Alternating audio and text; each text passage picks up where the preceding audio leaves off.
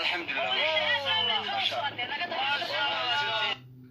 fanaanada hodan cabdiraxmaan ayaa la heshiisay fanaanada kale ee cadaawada weyne ka dhaxaysay islamarkaana ay suuqa ku gorgortamayeen waa khadrasnimo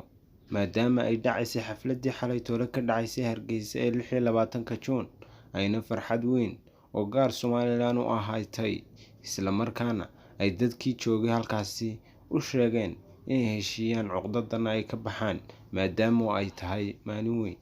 haddaba labadan fanaan ee dumarka ah ee uu cadaawadooda ka dhaxeeyay laba wajiilaha weyn ee fanaanka ah Mursal Muuse ayaa xalay toole ku heshiiyay xafladaasi islamarkaana ka bogsooday wixii ay isla soo mareen inta muddada sanadada ah ee ay haysteen maadaama uu ninkaasi ka dambeeyay cadaawadoodana waxay garteen inuusan cadaawadani aanay sii socon karin islamarkaana ay gaadhi karayso meel xun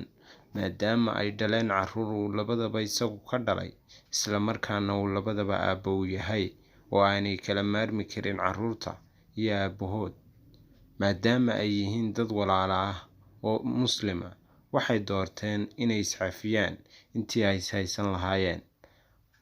haddaba fiideo ay soo duubeen madaxtooyada dhexdeeda ayay ku sheegeen in dadka ku mashquulsan islamarkaana faafinaya ceebahooda iyo ishaysadkooda ay ka waantoobaan arrintaas sida ugu dhaqsiyaha badan islamarkaana ay ka baxaan waxaan dantooda ahayn. haddaba fanaanada hodan cabdiraxmaan ayaa barteeda Facebook kusoo qortay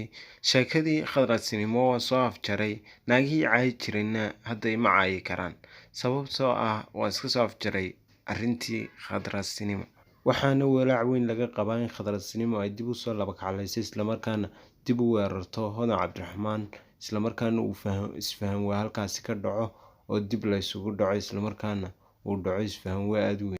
haddaba si aad ugu xidhnaato kanaalkan subscribe saar gambaleelka yarkaana furo si ay fiidiyoyadu marka ay soo baxaanba ay kuu soo gaadhaan.